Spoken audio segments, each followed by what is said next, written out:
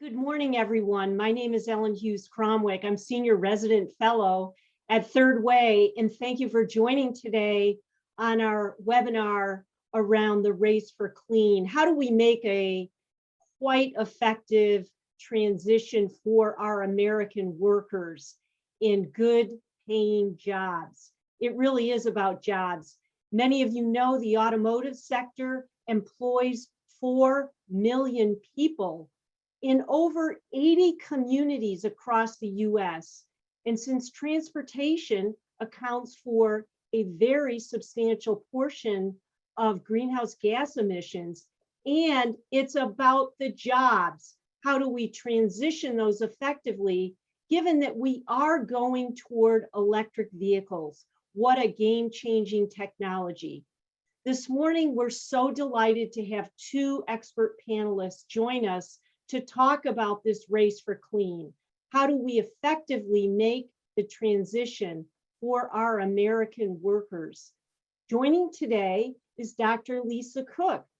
She's a professor of economics and international relations at Michigan State University, but she has so much to offer. She's done a tremendous amount of research in the area of innovation, growth, finance, and other areas that are important for the labor market here in the US. And I will say she did serve in the Obama administration as well as on the Biden-Harris transition team. We're also delighted to have Cindy Estrada with us, Vice President and Director of the UAW. In her role at the UAW, she has worn many hats, including organizing the supply base, which is the lion's share of our manufacturing in the US, sprinkled across the entire nation. She knows what it's like to work for workers to generate high-paying, good quality American jobs. We're so happy that she's joining us today. Our run of show is as follows. We're delighted to have introductory remarks, both by Lisa and Cindy. Then we'll open it up for Q&A. I'll start by kicking it off with a few questions, and then we'll address your questions in the audience. Without further ado, here's Dr. Lisa Cook. Lisa? Thank you so much, Ellen, and thank you so much, Third Way, for having this conversation. It's an important time. It's a timely conversation.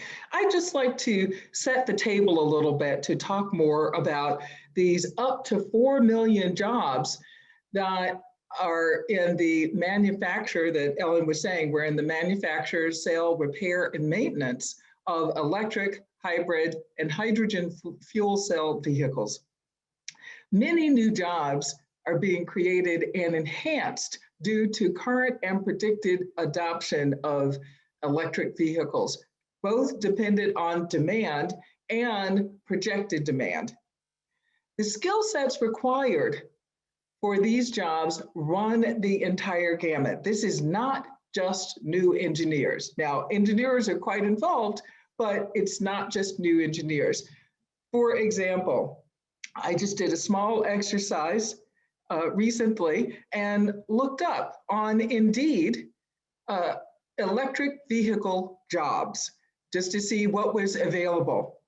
So the top 3 that came up on this search were charging design and release engineer, data science engineer, battery and cell, and electric vehicle data science engineer.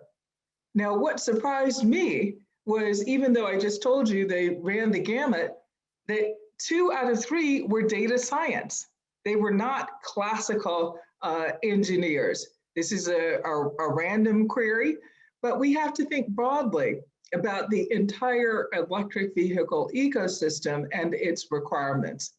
For example, the system of charging stations will need to be expanded and built out so that drivers trust EVs more than they do now, and that adoption is extended.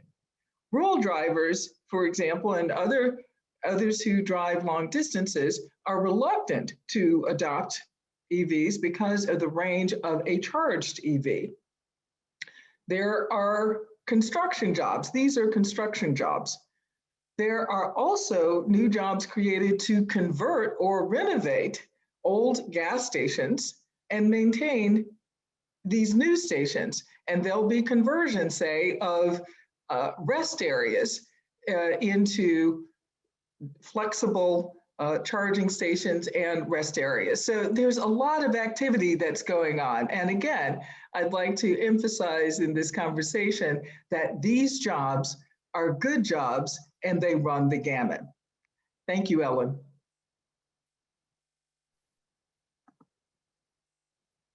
Great. Thank you so much, Lisa. Without further ado, please let me turn the podium over to Cindy Estrada. Cindy? Thank you, Ellen. I think I want to start a little because I think really to understand the challenges that we face going forward as this transition happens is to really understand the structure of the automotive industry. And what I think a lot of people, when they say good manufacturing jobs, they think of our assembly plants where we assemble the vehicle, the powertrain, transmission. All of those are very mostly union workers, high density, and really good paying jobs, not just good compensation and benefits, but good quality, product and health in an environment where workers can, it's dangerous in an auto plant, but where their health and safety is a priority. And that comes from decades of bargaining contracts, with the workers in the UAW. But also there used to be a time when most of the parts were also built in the assembly plant. And over time, the strategy was to take those parts out. And part of it was to avoid having to pay, a decent wage. And again, these wages, these support whole communities, right? And they create other jobs, disposable income. So it's not just the worker in the plant, but it's the whole community that benefits. So over time, parts, right now, 80% of the parts are built in outside of those assembly plants. And that didn't used to be the case. That's happened over time. And mostly what happens in those sectors where workers are building the parts to go to the assembly plant, those are often non-union now. And I'm going to talk a little bit later about the struggle with workers forming unions, but they're non-union at very low wages, right? I mean, I'm talking workers who are making 12, 14, 15, literally working full time and walking into a food stamp line in some cases. And so what's a little bit concerning right now as we look at this transition in the auto industry and you read the news, it seems like, and it appears, I think very strongly, that there is that move in the industry to take the powertrain that's done right now, whether it's the engine, then transmission. So now you take the batteries, the fuel cells, the electric motor, and you build it outside of those assembly plants, where traditionally right now the engine is built in the assembly plant at very good wages, benefits, and working conditions. And so you see this announcement of all these joint ventures, and that is getting away from the contract. Not only is that a problem because it looks like the move is to make them not build back better, like President Biden is saying, but to make them in the low wage industry. And that's concerning for us as the labor movement, the UAW, and workers, because what is going to happen, when that engine and transmission, our belief is that those jobs should be done right now and transitioned into the existing plants at the wages that have and benefits and working conditions that we worked so hard and people before us for decades continuing to make. And we're seeing some of that. So the JVs, but you also have, for example, Brownstown Battery, which is a GM battery plant, which we did get years ago and at a very low wage. And we've been trying to put that wage up, but there's always this pressure. If you raise that wage, then the threat that, GM says, well, we'll take it to Mexico, because that is like, you have to be very careful as you bargain, because they're always trying to go to the lowest wage, and it was Mexico, it could be China, it could be wherever they can do it at a lower wage. And so we see this movement by the OEMs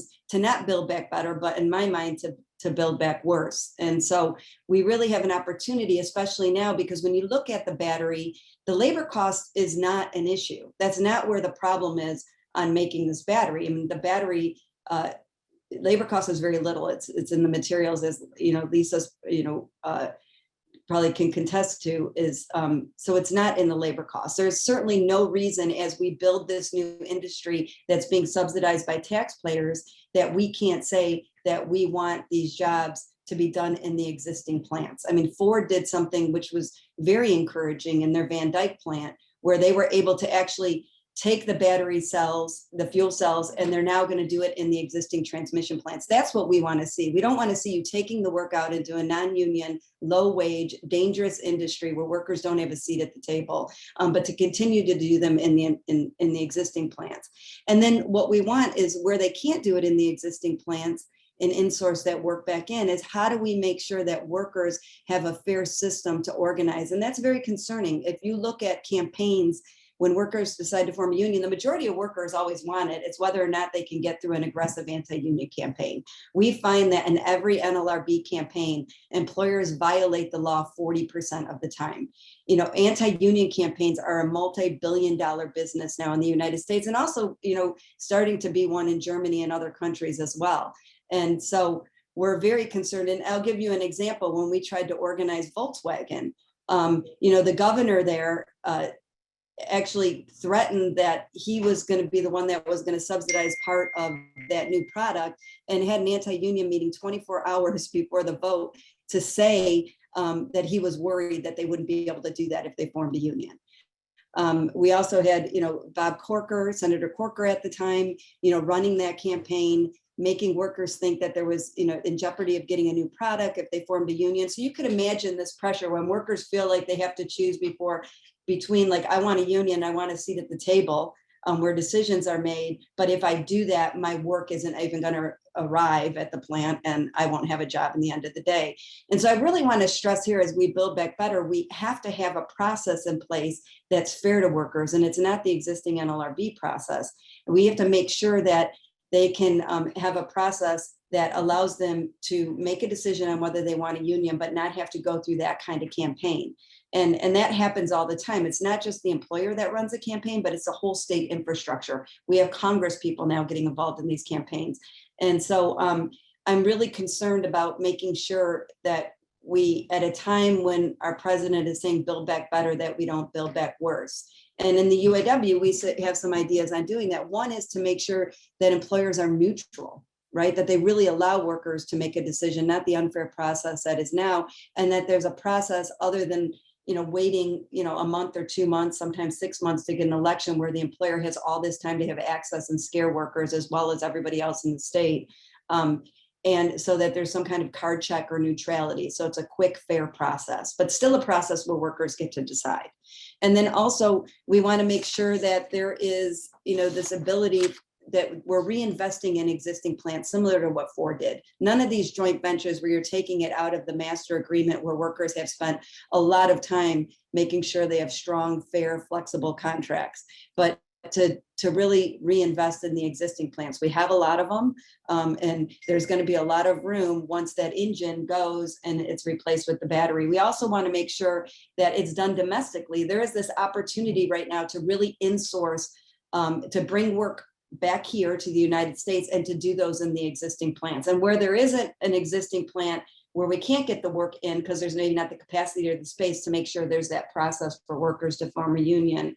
And lastly, what we want to make sure is that there's consumer incentives, right? So that consumers will get an incentive if they if they buy an electric vehicle, but an incentive is that if that's done domestically here in the United States, that it's done with employers who are using high domestic content, and that it's done with employers that have good quality jobs, where workers are being treated right, where the health and safety conditions. So we have this great opportunity. If taxpayers are subsidizing this industry, let's create it in a way where we can address the climate crisis, but at the same time make sure that workers have really good jobs that they've built over the years, have a process, reinvest that, have a process to form a union that's fair. So I'm excited because I think we have tons of opportunities. If we all get to the table, I think we could figure it out. But I'm nervous at the direction that companies are taking with these joint ventures, and some hope in what Ford did the other day in reinvesting back in their auto assembly plant, so workers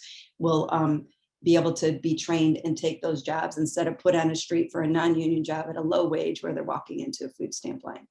I think that was my 5 minutes. Thank you so much, Cindy. Well, let's follow up on that theme because I think it's absolutely critical. We have a couple of breaking news points. Number one, GM just announced a 30% increase in their capital spending between now and 2025 on electric vehicles. And they, as part of that announcement, said that they're going to stand up yet again 2 more battery plants here in the US. Lisa, I want to ask you this question to follow up on that, as well as what Cindy was indicating. By the way, VW has announced that they're converting engine plants to battery cell manufacturing in Germany. How can we, Lisa, here in the US, make sure that we make that transition? There are, as you pointed out, many different types of jobs and occupations, and we have many of those jobs in the states that are producing and likely will be producing electric vehicles. How can we make sure that those jobs stay here, that, as Cindy said, they're good quality, high-paying jobs with the kinds of benefits, health and safety requirements that are so important and what the UAW really stands up for? So Cindy's perspective is just incredible and detailed, and she's so experienced in the UAW. I think one thing that economists see, some economists see, but I think it's becoming more widespread, is the shift from employer power to employee power. I think this is just in terms of getting workers to come anywhere to do anything. So I think that employers broadly have to be more thoughtful about incentivizing workers to show up where the jobs are. So what would this entail? This would entail for manufacturing jobs, just making sure that they are attractive enough for people to move. So employers are offering various packages to get employees to come back to work. They're enhancing their benefits, for example, especially related to what we saw and what we needed in the pandemic: medical leave, parental leave, family leave, all kinds of leave and other benefits. And I think this is something that needs to be enhanced, and that these are benefits that the UAW has been arguing for a long time and has provided, negotiated for a long time. And I think that this can be enhanced. On the other hand, or similarly, as I looked up these jobs that are available, 2/3 of the jobs were data science jobs. What we also learned from the pandemic is that some of these jobs don't require that you actually have to move. So I think employers, again, no matter where they are in the economy, including in the auto industry, are going to have to think about which jobs can be done on site and which ones can be done away from that particular site. And there's a lot of R&D that needs to happen right now, a lot of research and development that needs to happen right now. So I think those jobs can possibly be done away from a location, at least partly. But employers, including in the auto industry, have to think about how they can treat their employees better and how to incentivize them to work. There are going to be other costs associated with moving to Mexico if Mexico is not on the same vaccine schedule that we're on. So that threat is not going to be as heavy and as rigid as it has been in the past. So I think all of the employee power that can be grabbed right now should be to make sure that these are good jobs that come to the EV sector.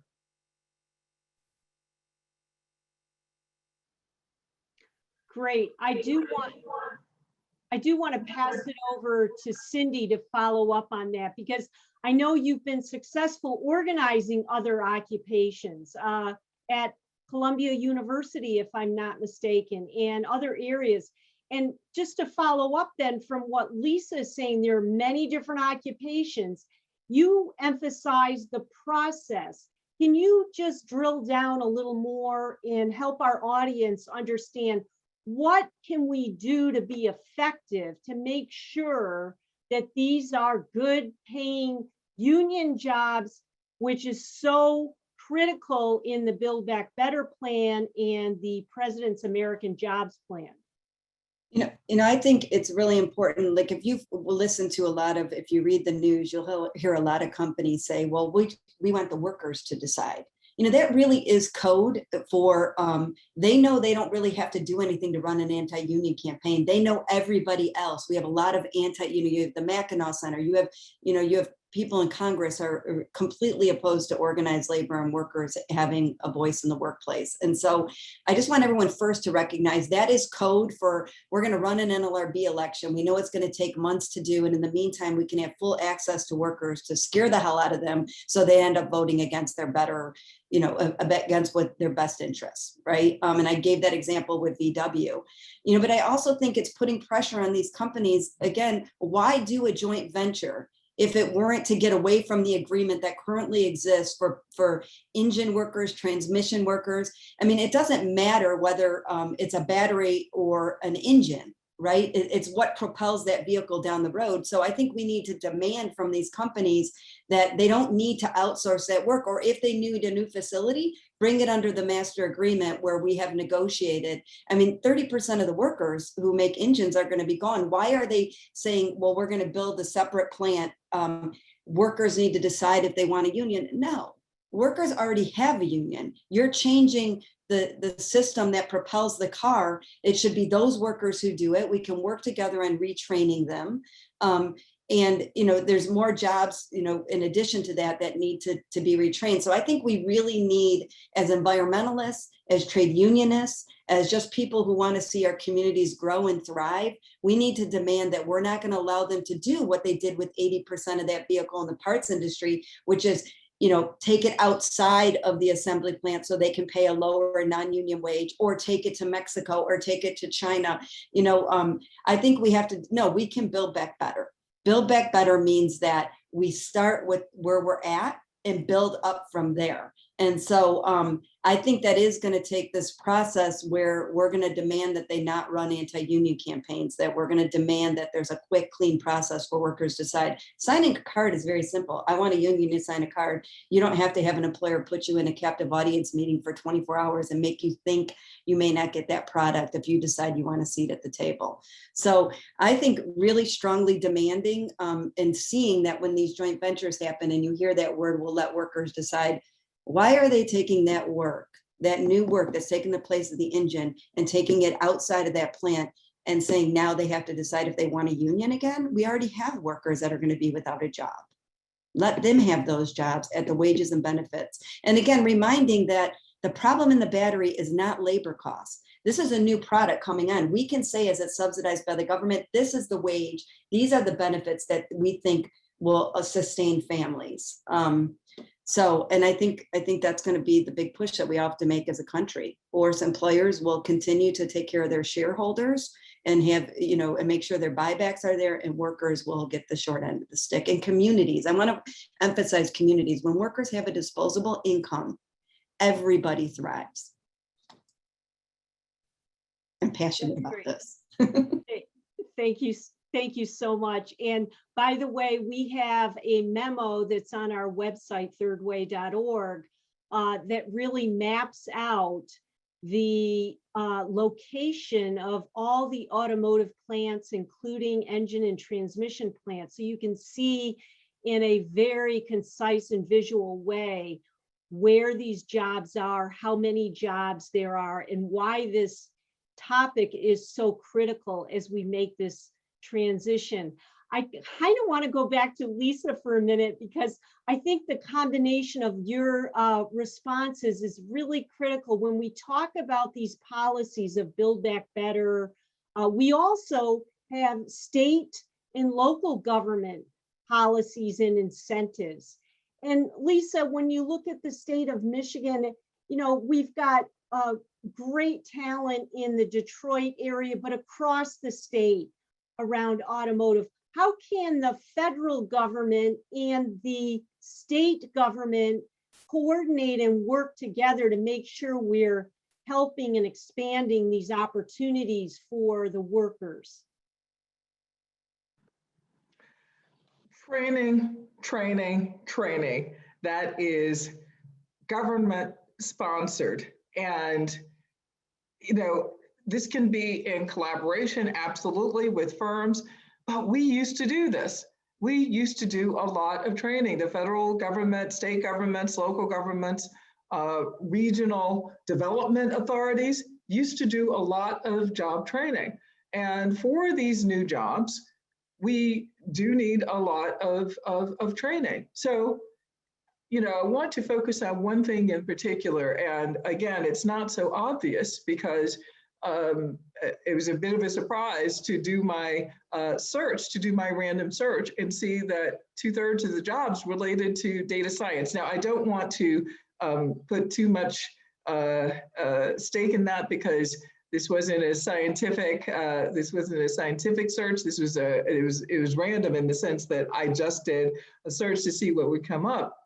But if 2/3 of the jobs are data science, we're going to have to train more people in data science, and that can be done at the community college level. And there is a big push to lift up community colleges and associate's degrees, whether they're at community colleges or at four-year institutions. So data science can be the pyramid for a number of these jobs, and especially if students are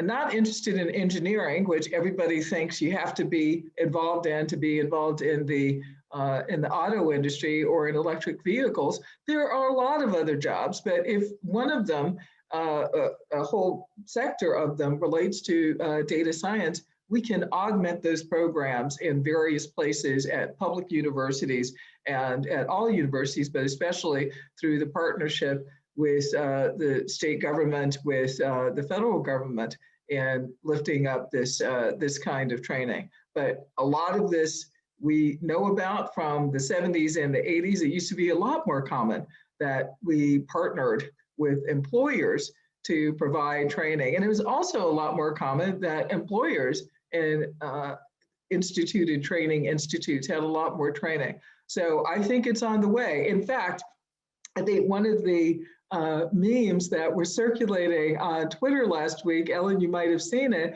was, an employer saying, I can't find any workers. It looks like I'm going to have to train them. So it's like you're being pushed to the wall to have to train them. And that's what I'm saying, that there, I think, is an historic opportunity to take advantage of this potential shift.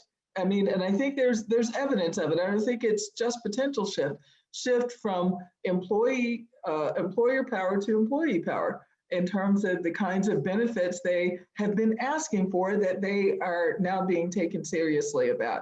But the market is what reigns, and the market is forcing that particular employer to provide training. And I think that many more can. Thank you, Lisa. I think that is absolutely spot on. And I want to come back to Cindy before we start taking some questions from the audience. Cindy, you mentioned that Ford has now the plan to convert the the transmission plant at Van Dyke to electric vehicle parts. And you spent a good part of your career working with suppliers of parts for assembly. And the national data show that there are more jobs in supplier businesses really than there are at just the assembly plants. We have 50 assembly plants here in the US, but we have thousands of supplier facilities. So just drilling down and talking a little bit more about this, Cindy, as we look at the supply chain and insourcing more electric vehicle parts, these are facilities that are out there ready to go. What do they need specifically from a state government or from the federal government to make sure they're taking advantage of this opportunity to go electric? Well, I think one is, they're going to have to convert too. So they're going to have to, retool their plants in some kind of, in the training piece, I think, as well. And so I think training is going to be key, for all of us and getting those training dollars. I know for GM and Stellantis, we have training centers, right? And where we're actually able to, whatever change in the industry, we're able to bring in workers or skilled trades or go on the shop floor and do this training. So I think training is key, but I also don't want to miss, I think, if we do this right, that supply base is going to shrink some. And I know that sounds scary to people, but a lot of that work used to be done in our big three plants, and it was a strategy to take it out to pay lower wages, right? There's a myth out there that manufacturing builds a middle class. That is true if you're an assembly plant where 80% of that vehicle is being built in the part sector. That is not the case. And so I think we have to really look at that part sector and lift up those workers that are going to be there. The ones that lose their work also, as we insource, they can come into a facility, right? We can help transition into an assembly plant where for them, at first they might be afraid of losing their job, but it's actually better wages and benefits and working conditions. The turnover rate in the supplier sector, because to Lisa's point, is very high, right? And the injury rate as well, because workers are just making low wages. They don't see it as a future, right? They don't plan on staying there. Even the ones that stay there never planned on it, right? Because the wages are just too low. So I think we have to look holistically. It's challenging, right? What belongs back in the assembly plant and what doesn't belong there? How do we get them the training dollars? How do we get them a fair process to form a union? I think supply sector needs those workers at the table. One of the things we've learned in GM, Ford, and Chrysler, and especially going through the auto crisis, we are our best when we're all sitting at the table together figuring it out. No one knows the shop floor better than the workers. In fact, I often see in the parts sector companies that fail because they don't want to listen to their workers. I mean, they're doing that work every day. They know when something's not working. They know what kind of training is needed. They know when employers are checking a box on training, versus actually doing it on the floor. And they lobby. When you have a union, you can lobby for that. Because again, workers are vested. They don't want to see their companies making mistakes because that impacts them, right? CEOs and management goes on to different job. Workers go into the unemployment line. And so I think, really looking at this on what needs to come back in, the suppliers that are there, how do we, we're going to have to support them in training and retooling dollars. And, it takes everybody sitting at the table. It takes the administration. It's going to take those corporations, and it's going to take, union workers sitting there and figuring that out. It's complicated. It's so I mean, look at the chip, right? Everyone wants to bring the chip back. Well, when you look at the chip, it also goes into components. So if you bring the chip back, the component it's going to might be in Mexico. So you can't make the chip here, send it to Mexico, and bring it back.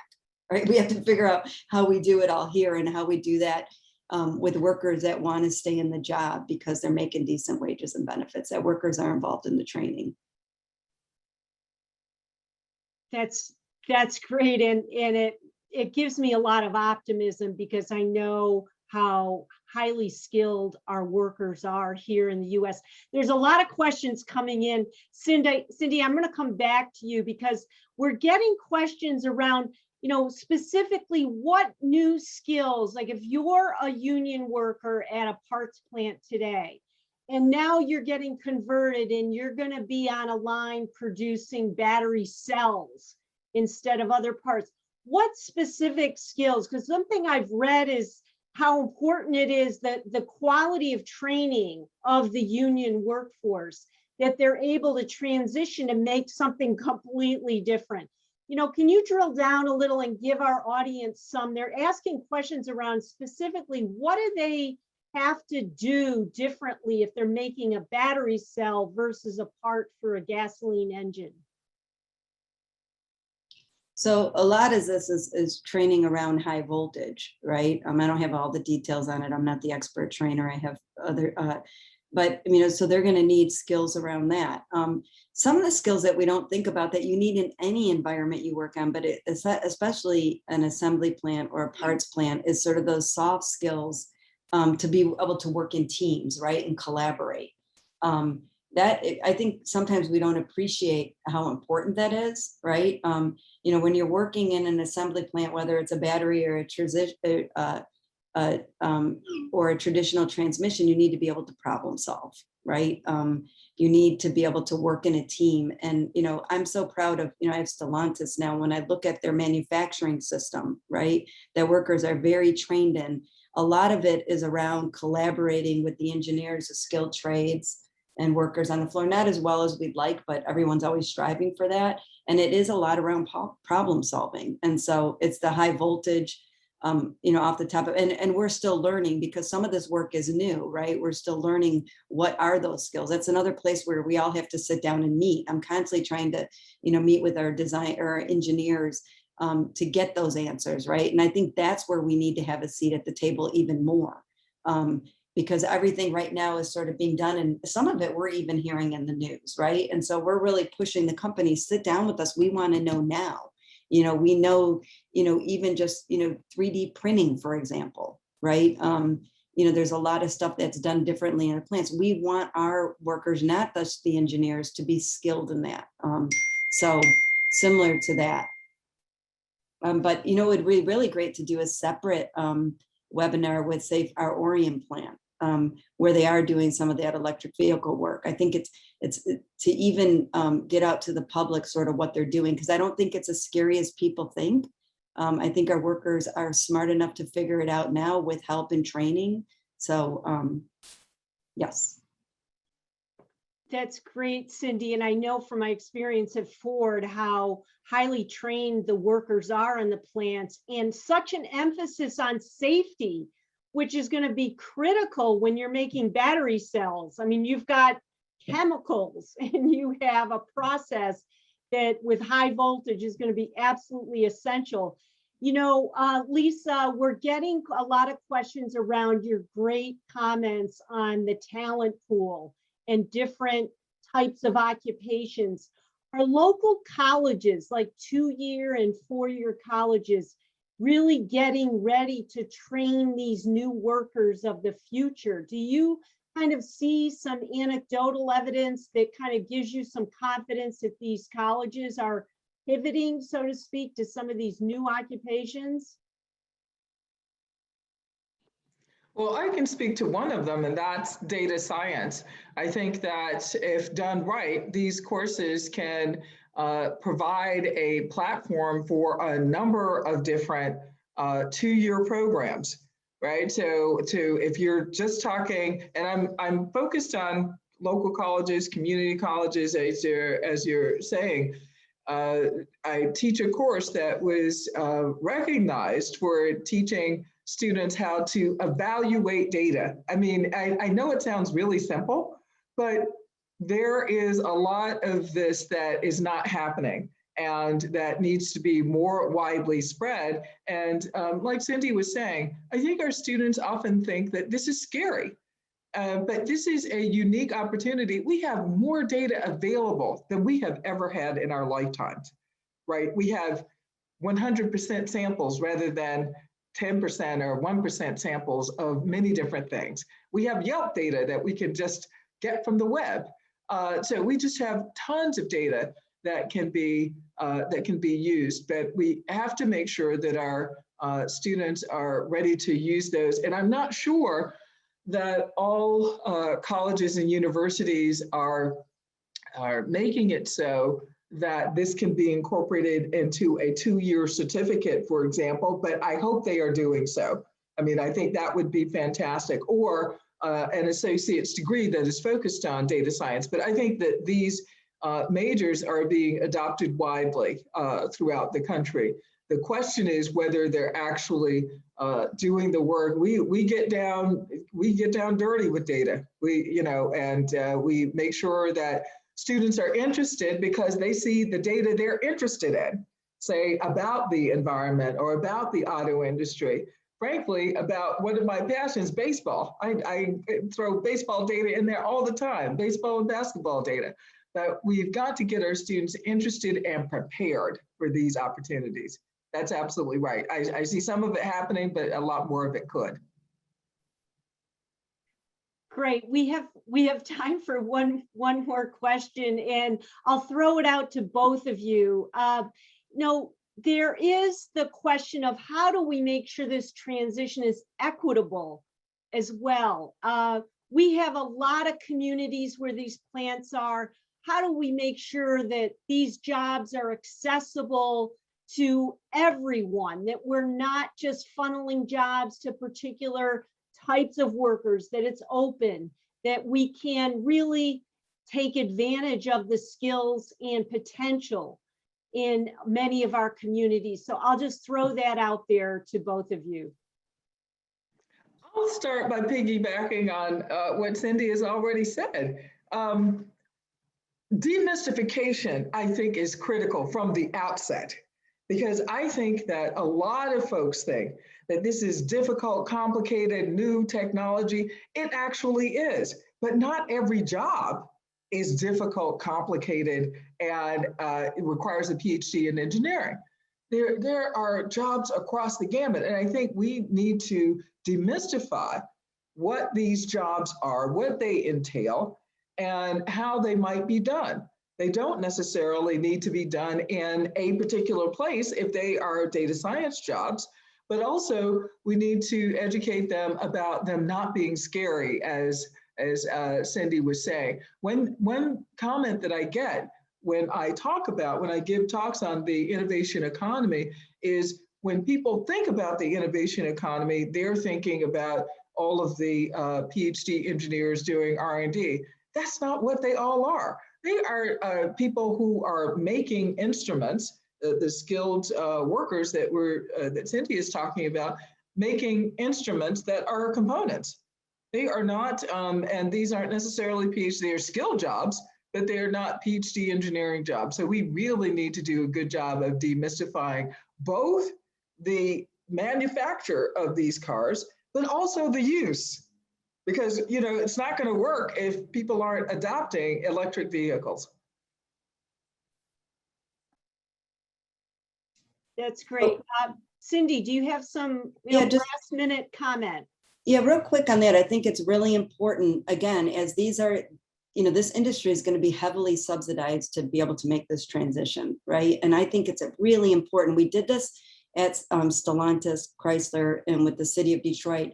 You know, we really have to have a community benefits program. I don't think any employer should get a subsidy from the state without involving that community on what they need to make sure, you know, environmental justice, right, is happening, to make sure that the training is happening at the high school level, right? That these kids, you know, when Stellantis came in the city of Detroit, that community benefits group had talked about training for kids, had talked about employment numbers so that it's coming from the city of Detroit. What was the training Detroiters needed before they went in on day one and hired for that job? Now, the community benefits in Detroit, I personally don't think is strong enough. And I think people resist it. Companies resist it and cities resist it because it means more work, right? Whenever you sit down at the table with someone, it's going to take some challenging conversations, but those conversations, just like in bargaining, make us better, right? And so I think we're going to have to force cities and corporations and state governments that if you want to have our money as taxpayers, there's many stakeholders. It's not just the workers under those four walls. It's also the community that lives in the area and how do they benefit. And in my mind, they know the answers to those questions. Where we get it wrong is when we don't involve them. And so I think if we want to end what's happening, you know, environmentally, in these communities, they're a stakeholder, they need to be at the table. I think if we want to make sure that our kids are hired in these communities, then they need to have a seat at the table because they're a stakeholder. And absent that, no one's going to think about it because everyone's thinking profit, right? But it's going to be union workers and communities that are also thinking about the whole. And I think if we're gonna tackle climate crisis, God, one thing we should have learned, we got to think about the whole, right? And everyone in power right now have not figured it out, and they need us at the table to figure it out. That's great. Cindy and Lisa, just incredible. Really appreciate your participation in this panel. It's such an important topic, and we know that there are pathways to make this transition very, very successful and generate new opportunities for American workers. Can't thank you enough. Cindy, we may take you up on your offer for another webinar on the topic of exactly how does this work in a manufacturing plant. It's so exciting for anybody who's been in the industry to see how complicated, but yet how effective our American workers are in these plants. So thank you so much on behalf of Third Way, and we look forward to any additional comments. Please tweet it out and contact any of us. We're happy to respond. With that, I'll close the webinar. And Thank again, you. thank you so much.